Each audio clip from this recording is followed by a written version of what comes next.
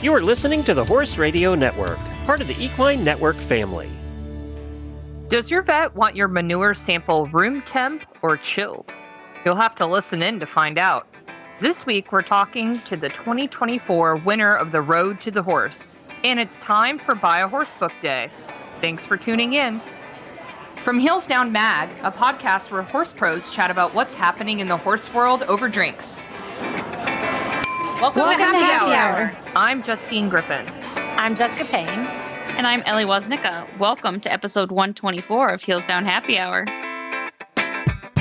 What up? What Hey, up, guys. everybody? Hello, hello.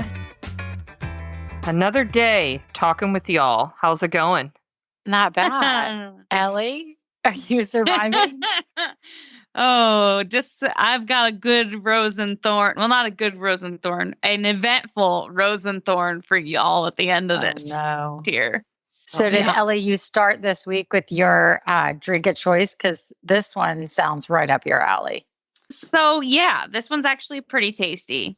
So it's an icy lemon ginger vodka cocktail. And it does have like actual work that has to be done, but it's worth it.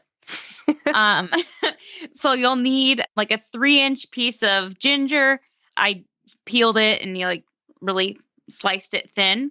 2 cups of water, 1.5 cup of sugar, finely grated zest of like 1 lemon, 1 cup of lemon juice, 8 cups crushed ice, and 2 cups of vodka of choice. And if you wanted to be fancy, Matt put some mint sprigs in his. So that'd be like 8-ish. We have wild mint that grows out in Oh, So- yum. That's cool, Yeah, though. so- Yeah. yeah, so he just grabbed it. It was kind of gross. He grabbed it from the road ditch, but I mean, whatever. Wash it off. You'll be fine. Exactly. Boil it. So in a small saucepan, you'll combine the sliced ginger with the water and the sugar, and you'll bring all of that to like a simmer over like a moderate medium heat. You'll simmer that for like 5 minutes and then let the now ginger syrup cool slightly. And then we transferred it to like a blender so we could puree it and just make sure we got it, nice and thin. So then you strain it into like a large, like, I don't know, we did like a candy dish, like a large and not super deep, shallow dish. You're going to stir in your lemon zest and juice, and then you're going to cover and you're going to freeze it until the syrup is firm. It took about like 4 hours for ours to freeze up.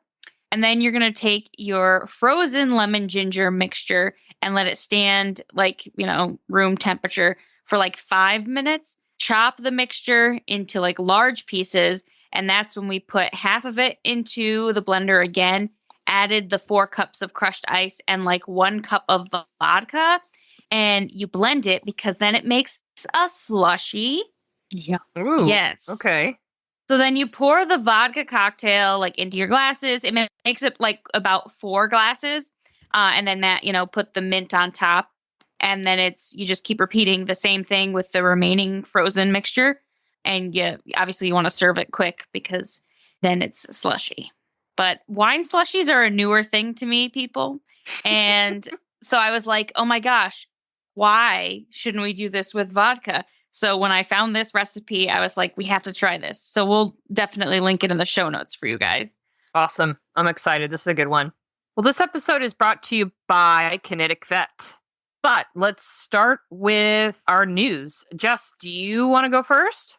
I do. So Kentucky, speaking of eventful weeks, Kentucky was a very eventful week for us. We were quite busy between the show jumping and the 5-star.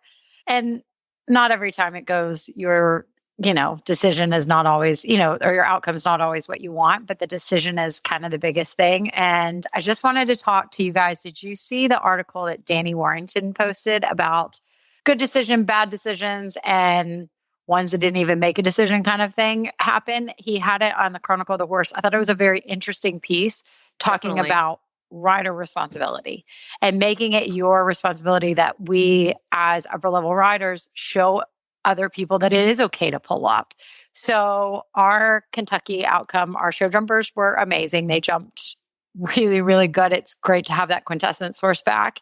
And the 5-star horses, had, nobody did anything bad. That's kind of like what Doug and I were talking about. It was not like any of them had stops or runouts or anything else. They just didn't, they didn't finish either of the 5-star horses. And it was due to rider responsibility.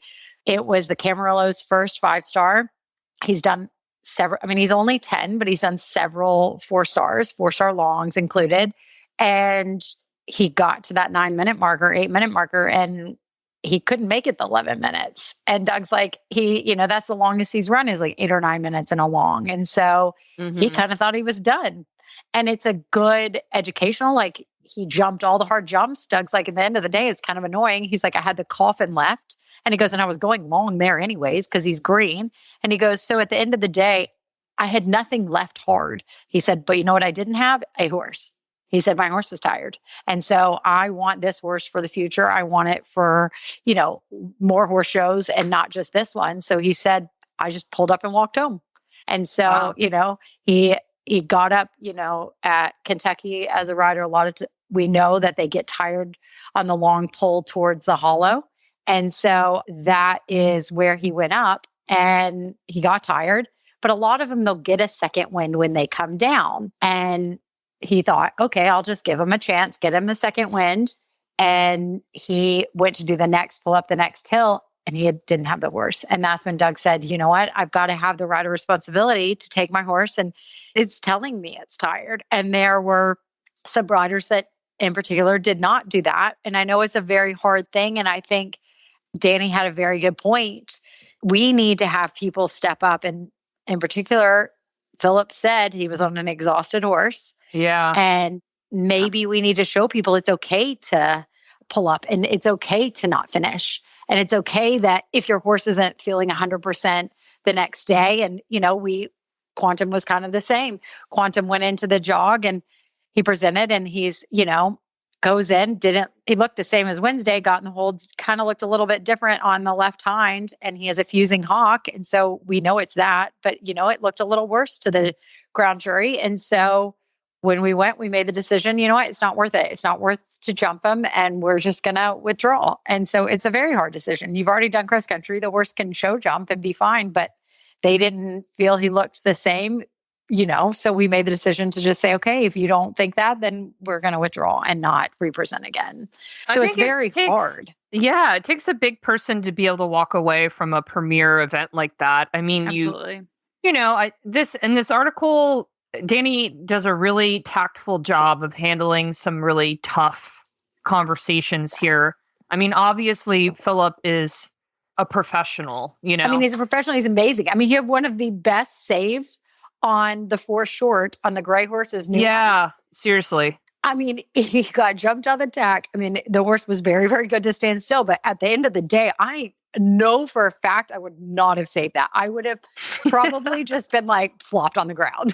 I can't pull myself up there. And he's got even a couple more, years on me age-wise that I was like, no way. I'm just looking at it and it was amazing save. And then that horse he regrouped. I have a quick story off the serious topic, but Patricia sent me that clip of Philip and that save, and her caption was only, he's in a non-slip pad. Now that's amazing. That is great because it is true because his saddle did not move at all. Well, yeah, it is pretty funny. I was like, it's good marketing for Equal Gold. But back to the serious question here is, Philip got the horse almost home, and then, I watched Zach Brandt. It was hard to watch. You knew the horse was exhausted. And if, maybe a less educated audience won't notice those things as quickly as the rest of us, it is still bad, to showcase that, I think, on the biggest stage, on the biggest stage. And I think eventing as a sport needs to be careful with some of these things going forward. And I don't think it has to be, it doesn't just have to be at the big premier events. It needs to be okay that if your horse feels funny and it might not be tired, it might feel funny because it tripped or it whatever, pull it up. Don't have any problem. If you know your horse probably better than anybody, if you know it and it doesn't feel 100%, don't go, I only have 2 jumps left. Let me figure it out at the finish flags. It doesn't matter if you have 1 jump left. It is something that is a very hard thing. And I don't think it gets easier with time and age or anything. Like, I think it's still very hard, but I think, we just need to get better at we as a whole group, everybody needs to say, okay, look, like we do need to do that and say it's okay and take the rider responsibility and take our, we're very, adamant as well that with our kids that, they're not allowed to move up, or not our children, but our students that are not allowed to move up. It's all of those different topics. It's not just tired horses. It's about just taking the rider responsibility. Like, are you really ready to move up? Are you really ready to go to that event? Are you really ready to do this exercise? And just because your friends can doesn't mean that, maybe you're ready for it. Absolutely. I think that's a good point. Anyways, you guys should read the story because it is a good one. Justine, what do you have? So did you guys watch the Derby? Oh, my goodness. Sorry. It was an exciting one, wasn't it? They had so much fun. We went to Keeneland during Kentucky, and Hudson's like obsessed. So we actually were like looking at the numbers and like, betting on, Abigail likes to bet on the pink ones and everything else. So we had a friend over and we were all watching, and I could not believe that finish. Yeah, it was pretty cool for it to get to a photo Super cool. finish. For a three-way. Yeah. I had picked Forever Young to win, so I was excited. I was excited to watch. Like, wow. Yeah. But yeah, Mystic Dan, pretty cool. We'll see if he's going to run in the Preakness. I know. That'll be exciting. Yeah. But no, it's such a good time of year because there's only a week in between the Kentucky 3-day and the Derby. So it's just a good back-to-back weekends. That's like what I want one time just to go to the Kentucky Derby. I know. You should. Tell Doug to make it happen. I know. We talked about it and I was like, I really, really want to do that. I think it'd be super fun. Definitely. All right, Ellie, what do you got? So I have some poop protocols. And it stemmed from Matt always gets cranky when I put fecal samples in the refrigerator. But I've always heard about it. So we got to the point where he got me a mini fridge to put fecal samples in so it's not near our food. I'm like, okay, whatever, Matt. But anyway, so I wanted like proof. And I was like, oh my gosh, because Equus magazine put out this article and I was like, perfect, here's proof. So actually the University of Sheffield compared common storage techniques for the eggs in the fecal samples. And so they did like a 2-week sample. They did a group of manure stored in high and low concentrations of the chemicals that are usually used for preservation in laboratories. So like ethanol and formalin. And then they compared that with the group of fecal samples that were placed in the refrigerator. And the findings were that the number of eggs in each samples, they were counted in the beginning and the end, but it showed that there was a significant decrease in egg counts in manure stored in the concentrations, the chemical concentrations, and the counts remained stable for 8 days in the refrigerated samples. So although it didn't tell Matt why it can't be outside and just picked up, it did make it, clear for him like, oh, okay, well, because then you're going to think your horse does not have as high of an egg count when it does. That's interesting because obviously, like, when their poop leaves them and hits the ground, like they're all, in Florida, the heat is a thing. So I never really even thought about this until I read this article. Yeah. Yep. I mean, obviously, right. It's the best to like have it fresh, right? Mm-hmm. So like, stand there with your glove and then take it to your vet, but that's not realistic, right? And it's also not realistic for your vet, right? If you give them a fecal sample when they're at your farm, they've got other farms to go to before they get home to test that. So they, store it in refrigerators in the back of their trucks. And this is something that you can do as well. So yeah, they're still recommending, the researchers are, like, no longer than a week before you're testing it. But if it's a couple days, better to, like I said, get it when it's fresh and then throw it in your refrigerator. Angry significant others be darned. There you go. Is your horse suffering from itchy, irritated skin? Don't let them be miserable any longer. Kinetic Vet's EquiShield CKHC is a veterinary developed solution for bacterial and fungal dermatitis in horses. Its powerful formula combines 3 ingredients to fight bacterial, tackle fungus, and soothe irritated skin. EquiShield CKHC comes in a convenient shampoo for a full body application, a solve for targeted relief, a spray for the on-the-go treatment. For widespread infections, simply apply the shampoo, let it sit, then rinse. Follow up with a solve or spray for extra relief. See the difference EquiShield CKHC can make in your horse's skin. Visit kinetic.com or ask your veterinary to order today. EquiShield CKHC, relief for your horse, peace of mind for you. So, Ellie, I tried this new hoof care product that is like new to North America. I guess it's a big deal in Europe. Like, it's a very well-known product. And I giggled like a little girl at the name. So I'm excited to tell you. I called to see if you I'm giggle. excited. Okay. And of course, Patricia from EcoGoal is the person who turned me on to this. So it's called Kevin Bacon Hoof Care. And it is not the Kevin Bacon you're thinking of, like not Footloose Kevin Bacon. Okay. But Kevin Bacon in the European version is actually an equestrian. And he's designed a line of hoof products that are called Kevin Bacon's Hoof Care. And they're actually pretty cool. It's funny to me to think about just like the subtle differences of horse care in different parts of the world, because just like everything about these products are natural ingredients, which is great as long as they work, right? Too. But just the way they feel and look and how little you have to use in like how much how it goes a long way with using just a little bit.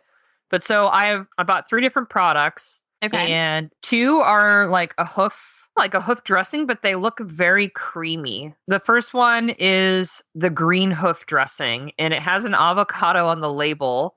And I think that's because they use avocado and other vegetables within this. And it's essentially a moisturizer. And they say that these natural ingredients entirely from plants and organic ingredients help strengthen hooves too. So it gives your hoof like a nice coat, like a barrier coat. Okay. And it's pretty greasy. Like you use a hoof brush and you can apply it on the wall, the sole, and the frog on each foot. And they say you only need to apply it like 2 or 3 times a week. And for me, like being in Florida, the summers are rough. Like it's sand and wet, and being out in the pasture, they just like wear down their soles so fast if they're barefoot. So I think that will be the true test, right? Is like getting through the summer. But I do like it a lot. I'm really interested in this green hoof dressing. And then I've also tried their original hoof dressing, which is also made from all natural ingredients. And they're saying like you can use it for before competition, like for like a grooming tool, but also just apply it like 2-3 times a week. And if you have dry hooves or hooves that are really wet, this can help moisturize, but still creates a barrier from dampness and helps promote growth. Okay. Yeah, it's really neat. But then the last product, this is a little different. I don't think I've ever seen anything like this, like offered on American shelves, but Kevin Bacon has a frog shield. And it's basically like I don't want to call it a scrub, but it's like a dark, thicker liquid that you want to apply on like a clean foot, obviously. So pick out your horse's feet. And then you really want to brush that frog like meticulously, and you want it to be dry. So you take this bottle and they tell you to shake it for a while before you use it. So like, I don't know, 10 seconds.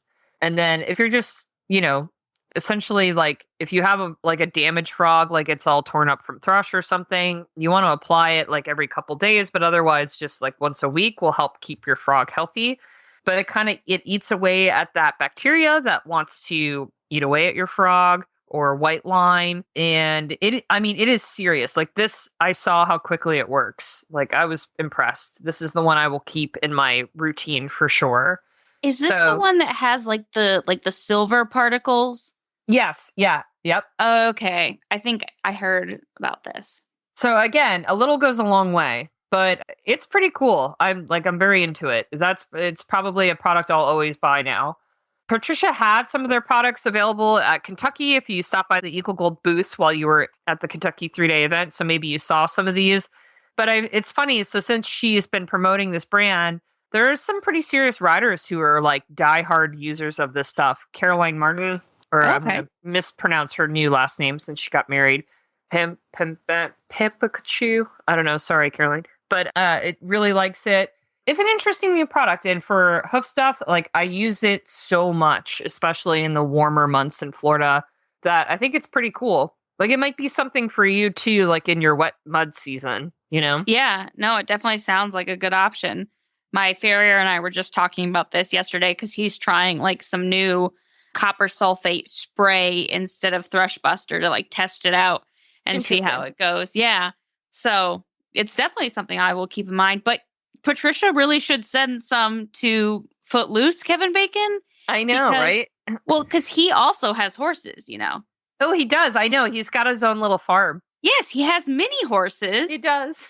And so we should have Kevin Bacon, US Kevin Bacon, put Kevin Bacon hoof care on his little ponies because that would be really cool. That would be amazing. Just saying, I'm shipping that relationship. Do people still say that? I don't know. All right, everybody. So our guest on the podcast this week is the one and only Tik Maynard.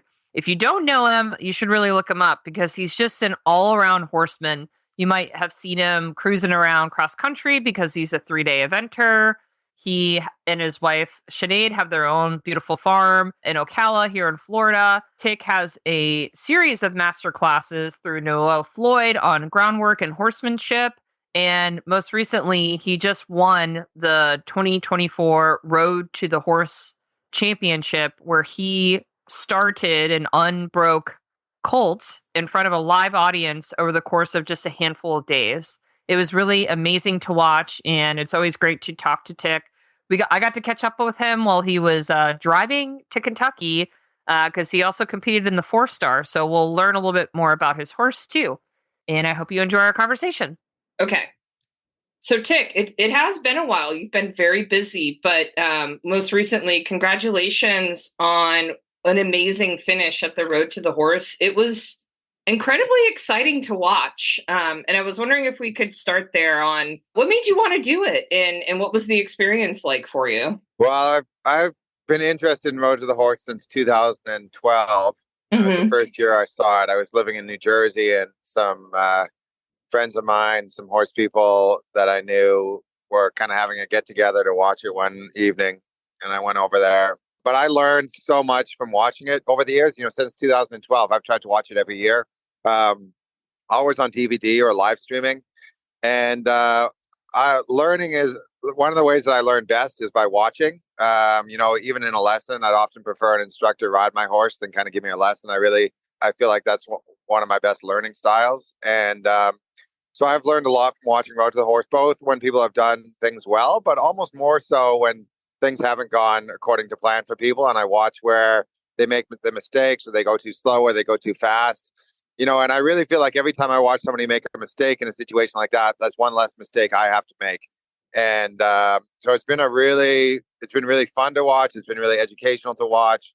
I think it really showcases colt starting. There's so much emphasis on 5 stars, Grand Prix, futurities, derbies, all these things, that bring fame and fortune to riders and trainers in the horse world.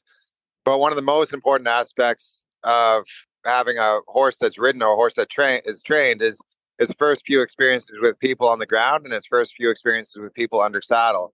And, it's kind of or it has been for a long time, a kind of overlooked part of the horse world. I mean, there's so many people that are good at horse starting and they don't have a place to showcase that. It's almost, like a trade. And now to show the art of it and to highlight some of these people that are good at it, I think is pretty cool. And then in 2023, I went with my dad and I watched it live for the first time. And it was unbelievable walking into that building and feeling the buzz and the electricity in the air. It's they really hype it up. There's a lot of prize money on the line. There's prizes. There's a saddle, a belt buckle. There's judges. There's maybe 10,000 people watching. They're live streaming it, so there's another huge number of people watching from home. And everything you do with the horse is in front of the audience. There's no moment where you're behind the scenes training that horse. You know, unlike the thoroughbred makeover, the Mustang makeover, where you've got the horse at home and you just show the finished product. This is you. Every second that you're training that horse or interacting with that horse is in front of a live audience. And I mean, watching it live really probably showed me how much it is a competition about kind of staying grounded and having a plan and staying true to your principles, even kind of more than a competition about your skill and timing and feel, because it's so easy. You know, there's so many people that can start horses at home, but to start them in 3 days and start them in front of a crowd is just takes, I mean, at least for me, it took a lot of preparation and a lot of thought and a lot of planning to be able to do that. And then in terms of getting, yeah, it's unbelievable. I feel like the pressure on both you and the horse to do that in such a short time and around so much noise that it's amazing. Yeah, and these horses are really good horses for it. I don't know if you could do this competition with every horse or every breed of horse or every age of horse, but these are all quarter horses. They're all 3 years old. They're all from the Pitchfork Ranch in Texas, and you know, they do surprisingly well in this atmosphere. You know, the first few minutes of each day, I think the biggest anxiety they feel is when they're separated out from the other horses. You know, but then also you have 4 round pens going at the same time with 4 horses, so they do get a little comfort from each other. But you know, it's amazing how fast they will tune into their people and kind of get on board with it. It's really incredible what these horses can do. So I think what I found the most remarkable about your run at the Road to the Horse this year was just your approach seemed to really, it just stood out from the other competitors. Obviously there's different cultures to every discipline, and Western riding versus English riding, you know, it's different worlds, and you had a very different approach. I mean, it was very obvious in just watching you and the others that you know, like you didn't come from the same school essentially. And what was that like for you? Did you find everyone to be very welcoming, and how did that go over? Yeah, it was incredible. I mean, they on when you kind of watch, they talk about the Road to the Horse family, and that's really what it felt like. You know, the organizing committee was really welcoming. The staff and volunteers were really welcoming. Everybody that had a booth set up was really nice. And the other competitors were great. Like we all chatted a little bit behind the scenes. We all got along. We all supported each other. You know, it's almost felt a little bit like eventing, the way that people will talk and support each other. And it's they're really trying to do what's in the best interest of the horse. Now it does, you know, it doesn't always happen. Like we always make, you know, inevitably we make mistakes. Inevitably there's moments where the pressure gets to us and we make a decision that we might not have made it another time, but we're human and that can happen. And I think as much as possible, everybody was really welcoming and everybody was really trying to do the right thing. And I was really happy to be a part of it and make a lot of new friends. That's so cool. And congratulations again, because it was amazing to watch. I hope you're still riding that high from that. But that leads me to my next question of just like, what do you want to do now, Tik? Like that's it's a pretty hard thing to top, I feel like. Well, the next thing, you know, after that, I went the next weekend. I had a couple days at home, and then I went to Terra Nova and competed with a horse there. And then I had a clinic in Vancouver, or in Chilliwack near Vancouver, and then now this weekend, I don't know when you're going to air this, but coming up this weekend, I've got a clinic in Lexington, Kentucky, and then next weekend is the 4 and 5 star in Kentucky, and I've got a horse doing the 4-star there. You know, and if that goes well, then maybe the 4 long at Tryon is in the cards. So it just feels like I haven't actually had time to properly come down or take a breath yet. So I'm hoping at some point here in the next couple of weeks, I'm going to get a couple of days in a row where I can talk through it a little bit more with Sinead, and we can have a couple of easy days and decompress. But that has not happened yet. Yeah. And so for everybody listening, I'm talking to Tik while he's driving to Kentucky. So yeah, he really has no free time. Well, tell me about the horse you've got running in Kentucky. So I've got a really nice Irish horse. I got him about 3 years ago. He'd been imported for a young rider who did a great job with him. And I picked up on the ride on him about 3 years ago and brought him, he'd already done some FEI stuff. But we, like I do with almost all the horses that come into my program, I usually spend almost 6 months where I sort of make life a little easier for them, and I either don't compete them or I drop them back down a few levels. So it gives me a chance to get to know them. And then I've sort of brought them back up again. And we've done a few 4 shorts. And this will be, I don't know, our 5th or 6th one, I think. And he's a challenging horse for me. I love his attitude, but it is challenging. He can be a little grumpy sometimes. And then physically, there's some stuff that he's struggling with. He gets better every month and every year he gets better, but flying changes is one of them. And so even though there's flying changes in this test, I'm planning on doing simple changes. So right away, I'll probably get like a 0 or a 1 out of 10 on those 2 movements. And so there's some stuff like that that's just going to be a little bit of a challenge. But I feel, with a horse like this that just gets 1 or 2% better every month, and he's young enough that I've got probably 3 or 4 or 5 more years with him, that I think we're gonna really see the best of him in a year or two. I think that's really interesting that you're coming to Kentucky with a plan, knowing what's best for your horse and where he's at in this moment. And because I feel like that could go one of 2 ways, right? A lot of times you just you try to see what you get, just knowing it might not be the best. But what made you decide, like, you just know you're not going to try to ask for the flying change, that you'd rather just school him with the simple change?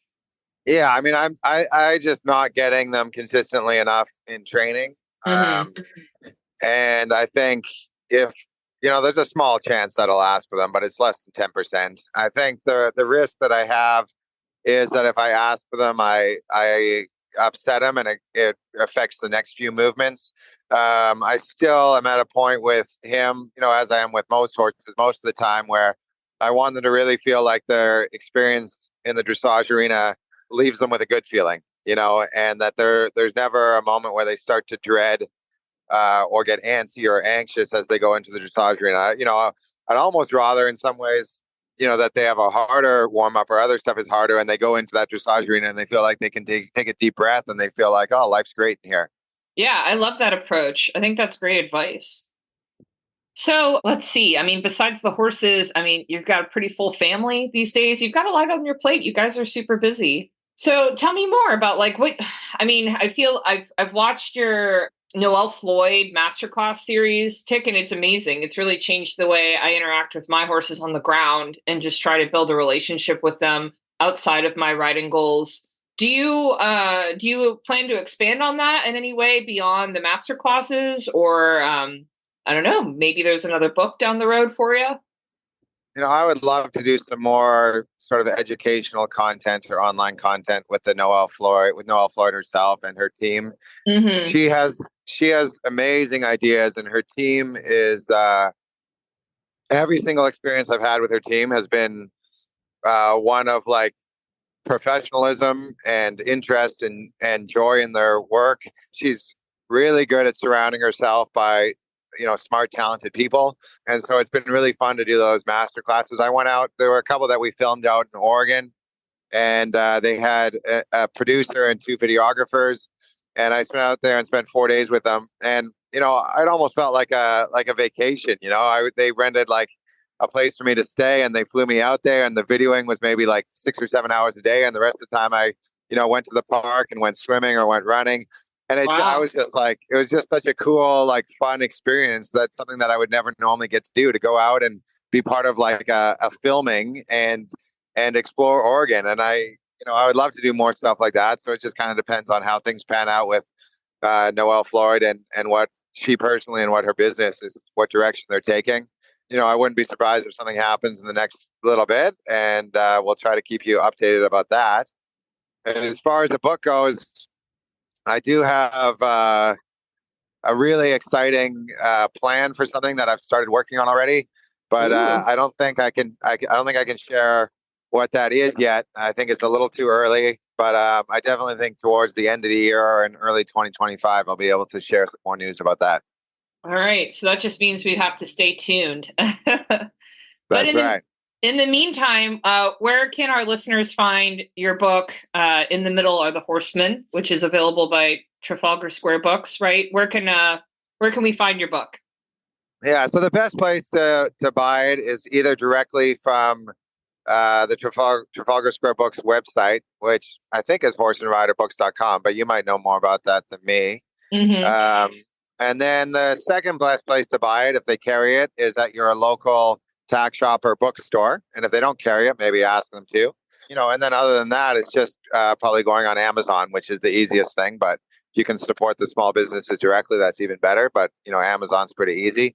You can also get the audiobook from most platforms that do audiobooks. And you can also get I think they call it like a digital book or an ebook, where you can read it on your Kindle or your iPhone. Excellent. So, Ellie, Friday, May 10th is Buy a Horse Book Day, which, for listeners who don't know, this is our third year doing Buy a Horse Book Day, which is a holiday we completely just made up with our friends at Trafalgar Square Books, who publish a wide variety of equestrian and horse ownership type books. We're big fans. Doug is one of their authors. So is Tik, who you just heard from. But this year, as we're gearing up for Buy a Horse Book Day, we're celebrating a little bit of nostalgia that I think we can all relate to and remember. At least I think of Marguerite Henry with a lot of warmth in my heart because her books were such a huge part of my childhood and are probably part of the reason why I love horses still today. Well, Trafalgar Square Books is releasing a new biography about Marguerite and her storied career, writing children's books based on true stories of horses and other animals. Over the course of her career, she wrote 59 books. There are tons of them. Maybe you remember King of the Wind. Obviously, Misty of Chincoteague is the one that is nearest and dearest to my heart. I still think I have my Misty Briar somewhere in this house. Oh, I definitely have it somewhere under my bed at like my mom's house. For sure. Oh my gosh. And, those stories from Assateague Island just carried on. There's Sea Star, Orphan of Chincoteague, Stormy Misty's Foal. I mean, Ellie, do you have a favorite? I mean, outside of Misty, Justin Morgan had a horse. Oh, yeah. That's classic. Classic. Yeah, no, I grew up reading those. So I know. Like I remember, I think my earliest, I was a big reader as a kid. Obviously, I ended up being a writer professionally. So like it all kind of, and you work in publishing too, Ellie. Like it all kind of makes sense. Yeah, ponies and publishing for for both of us. Yeah. Like my grandma bought me my first copy, I think, of Misty of Chincoteague, and then it was like, it was over then. And then I read them all. But it was nice to have that connection with my grandma because she went out and found it. And beyond the book, I just remember the illustrations too. Like I just I can visualize holding the book in my hand. You know what I mean? And it being a worn copy because I'd read it so many times. Yeah. No, for me, I remember like after I read Misty for the first time, I got so jealous because this, I'm not going to lie, this family at the barn I was at got a Chincoteague pony. Wow. I was like, what? How? Like, because I just for some reason, it didn't it took me a while to connect that was like a legitimate, real life situation. Like there actually is an island. Like when I was a kid, I read the book and I was just like, oh, this is but yeah, so that was cool to be able to see it in real life. Yeah, exactly. Yeah. And he was a cute little horse, Teddy, but it was just, did they buy him at the pony swim sale or do you know? No. So I think they were the second owner. So someone had bought him from the pony swim and taught him, saddle broke him and then sold him. So they were the second owner, but he was a short stirrup little champion. He was so cute. Oh, wow. That's so cool. Cute little paint horse. But it's cool to think that this horse swam literally from an island to now be this cute little short stirrup horse. Yeah. I'm pretty sure I snuck photos because that was right when cell phones started being a thing, right? Mhm. And so they didn't have like cameras on them at the time. So I remember like when they first got the horse, making my little sister, who was like 4 at the time, take my like Canon power shot and like take a picture of me and the pony holding my Misty if she could take Aw. book. I should see if I can find it somewhere, but I'm hoping it doesn't exist anymore for my own dignity. But I do remember like sneaking into the horse's stall at night, like when they weren't there. I'm like, take a picture of me and the Chincoteague pony. That is cute. Oh, I'm really excited though about this biography. I'm like, she's such a cool person, like now as an adult, right? And seeing her not only as the creator of the stories, but also as a horsewoman. I'm really excited for this. yeah, me too. She had a really interesting life. So if you're looking for the book, you can find it at Trafalgar Square, and it's called Dear Readers and Riders. So riders as in us horseback riders. So Dear Readers and Riders. And it's published by Trafalgar Square Books. But again, Buy a Horse Book Day is Friday, May 10th. You'll see a lot on our social media channels using that hashtag Buy a Horse Book Day. And we'd love for you guys to participate. If you have fun, misty Chincoteague memories that you want to share with us, please tag us on Facebook or Instagram. There'll be some giveaways on the day, and we hope to hear from all of our favorite author friends who've written books, whether that's like writing theory or writing practice books or novels, or it's open to everybody. So again, Buy a Horse Book Day on Friday, May 10th. Yes, and always tag us and tell us about your favorite horse books because Justine and I love to read them. Yes, always looking for a new read. So, all right, time for Rose and Thorn, and I've been pins and needles because I need to know what's going on in your life, Ellie. What's happening? Okay, so literally the perfect crap storm hit. And, such is life with horses, right?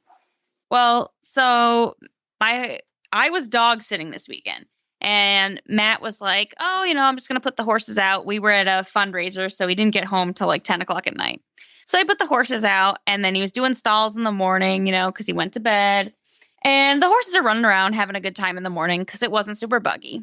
And then I get a call at like 7:30, and he's like, so Flint's non-weight bearing on his left hind leg, and he has a cut that's bleeding pretty good right over his fetlock.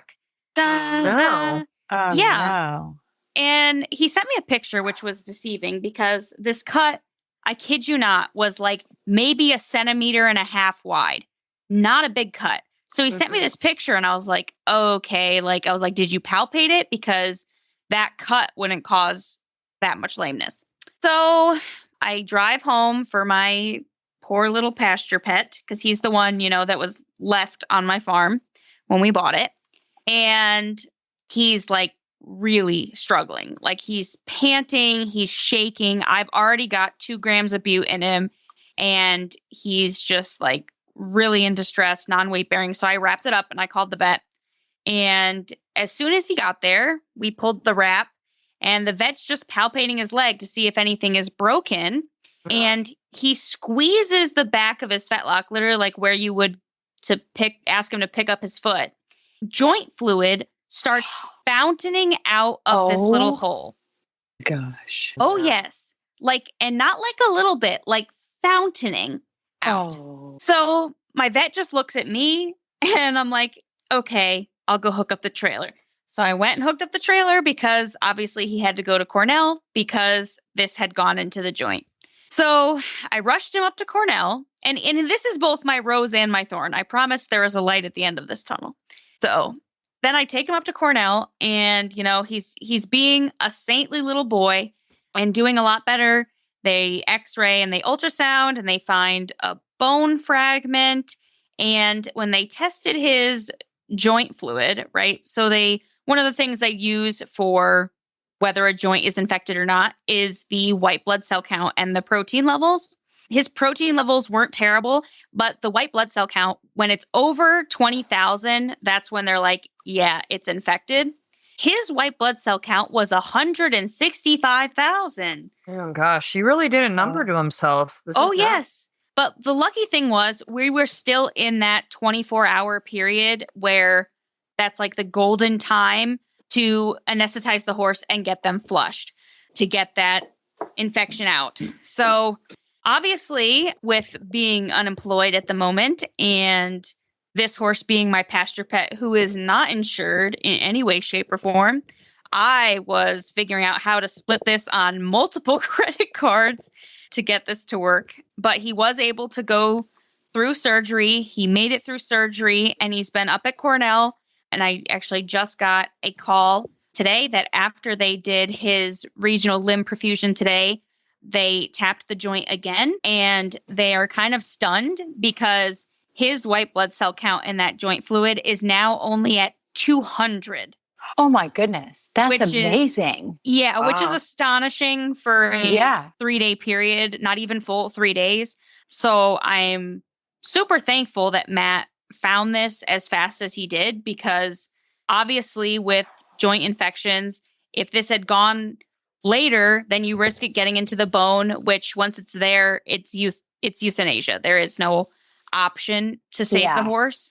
So the fact that this is possible is amazing. And I'm so thankful to all my friends who actually helped me out to be able to pay the bill for him, because Flint does have a lot of fans because he's just the sweetest little horse, and he's been through so much in his life. And so the fact that he is doing so good, but it is still really upsetting at the farm because the other horses are like crying for him. Matt's horse, it's been 3 days. Matt's horse still isn't eating as much as he should. So I have him on GastroGuard. And obviously the poor little guy up at Cornell, they had to put him on like a lot of trazodone because he was literally losing his mind up there. Oh my goodness. Because he's a pasture pet and he's not used to being in a stall, especially, not where there's a lot of other horses. So poor guy. But so obviously my pasture that he was in is not allowed to be in until I go through it with a fine-tooth comb, because I have no idea what could have punctured like literally into his joint, because it was such a tiny wound. So it couldn't have been something big. So yeah. That's insane though, to think that something that small can cause so much damage, It's crazy. Gosh. And obviously I'm kind of well known at Cornell because I'm there all the time. You're a frequent flyer over there. She has a wing now at Cornell. Yeah. And they're like, "Oh, how's Batman?" I'm like, "Oh my God." Oh. Like, it's bad when like all the students know you. They know your name, they know my horse. Yeah. They're like, "Oh, he's a legend around here." I'm like, "Oh, lovely." Oh, that's not good. But, that's awesome. That's not what I wanted. Yeah, but it is nice because, the vets know me as well. So Dr. Pearson was the one that did his emergency surgery. And, and he was so sweet to me. And he goes, "Ellie, you just have the worst luck." Yeah, he goes, like, there are horses that come in here and have degloved their whole leg and have no joint involvement. And you have this minuscule wound, like not even a wound. And it's all the way into the joint. I'm like, I know. Like, seriously. But so I saved my pasture pet. So I'm glad he's doing well. He's fingers crossed. They're moving him from the joint limb perfusions with the antibiotics to an oral antibiotic. So if he stays good and comfortable on that for a couple days, then he gets to come home. So definitely grateful for fast timing on Matt's part. So yeah, definitely my rose is to have Matt who was able to catch that. Well, I'm glad he's doing better. Me too. What have you guys got? I can go. So I have 2 roses. I'm sorry. I have 2 roses. It's just is what it is this month. All good Mikey news. So in April, actually the same weekend of Kentucky, I took Mikey to his first horse show in 2 years. Yeah.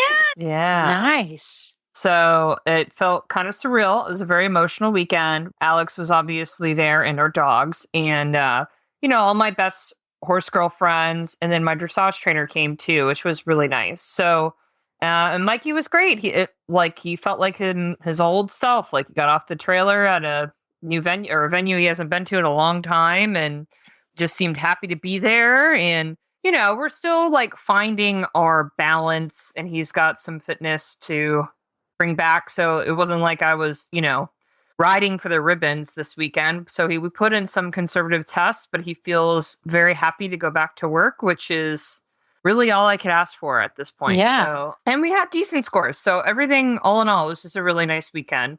And I was emotional. I cried coming out of the ring. It was a whole ordeal, but very happy to have Mikey back.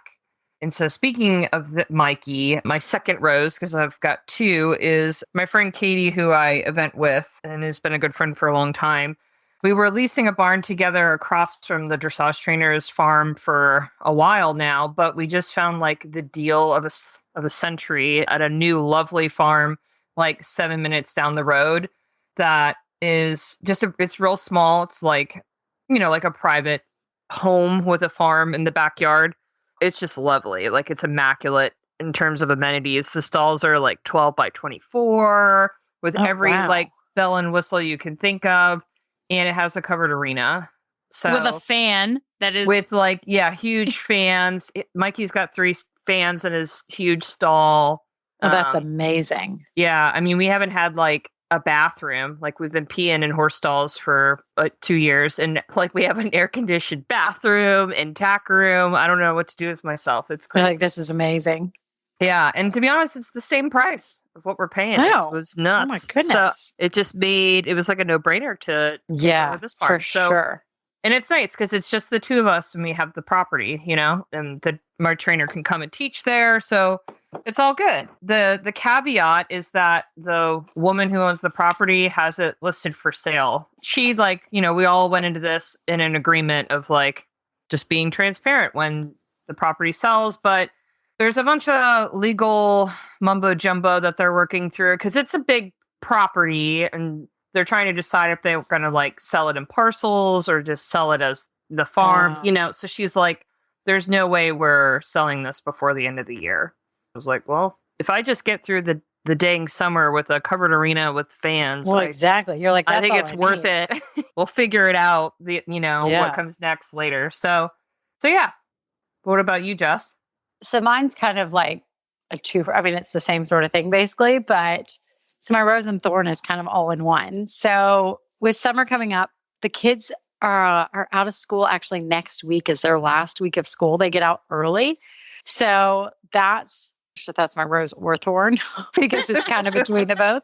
But they get out of school but that means we can get to go to the horse shows more and not just after school on Thursdays or Fridays. So that would be fun because then that means I can bring my horse and show more. So that is great news for me because I'm that'll be fun. We can show more and the kids can come and we can be there more and try. And it's so nice. When we're there for 2 weeks, we get to go to the pool or the boys play golf or we play golf and stuff because Cleghorn is really close to the horse show. So we take advantage of that as much as possible. So yeah, I guess my rose and thorn are kind of the same, that summer's coming and the kids are out of school, but at the same time, then the kids are out of school and summer's coming. So I'm not sure which is both. I get it. Yep, pretty much. All right. We do have a quick mailbag. Christine posted in the Facebook group a couple of weeks ago, and I thought it'd be interesting for us to talk about this one. She was asking about those Incrediwear socks that people use that hold moisture and create a cooling effect. And then since they're socks, I'm sure there's some compression with that. So I was wondering, what are your guys' favorite products for icing legs? Or do you have a favorite hack that you use at home? What do you guys use, Jess? I'll do both. So our favorite thing are the ice vibes because you've got the things that live in the freezer and you just attach them. They look like ice packs, right? They're little ice packs that wrap around their legs. And then you put what looks like one of those sports medicine boots, and it wraps around and it's got a vibrating thing. So you don't have to have it as cold as ice and the vibration. And the research behind it is pretty impressive. So we really like those kind of everyday icing type thing. But if we need to get their feet or something else just in general, I take a clean muck tub and fill it with ice and then water and then fill it up. But it's hard to keep it as cold in that sense. So it just depends. That's kind of my hack is if I have to do something like that, we use the big ice tub. I know people use the boots and everything else, but mine don't love to stand in them very well. And then I have to like bring them and they're kind of a problem. So They're generally bulky. speaking, yeah, they're real bulky. So Definitely. for us, the muck tub is like kind of an extra thing, but our go-to. So we actually bring a freezer to the horse shows. I know that sounds ridiculous, but it keeps all of the Ice Vibe inserts in there. It's easy. So we just grab them. You can leave them. Our horses are so used to them. We can leave them in the stall. We set a 20-minute timer and you pull them off and they're like my favorite. But then if you want to hack, we use the muck tub. I like the muck tub idea. That's great. I mean, Yeah. I've used that in the past too in a pinch, and then also even if you have to just ice hooves for like lemon, you know what I mean? Like it kind of keeps the mess contained. It keeps it contained, and I don't know why they stand in it better than like any other bucket I've tried. Yeah, Selena O'Hannon's groom told me that tip too, and they also use just like straight up garbage cans, like the tall ones, so you can get the whole leg. Oh, the whole leg. That's nice. Yeah. My horses would not. Oh, really? They'd be like, no way. They don't want to do a cold plunge. They would be like, why are you want my foot in that? Batman would be like, that is there's not noise. happening. Yeah. What do you do, Ellie, just for cooling or icing? Okay. So I actually use, and it's kind of like the Ice Vibes, but they don't have the vibration. I use the Ice Horse boots. Yeah, that's what I use too. But also, there's been a couple times where I've gone somewhere and I've forgotten those. And I'm like, oh, crap.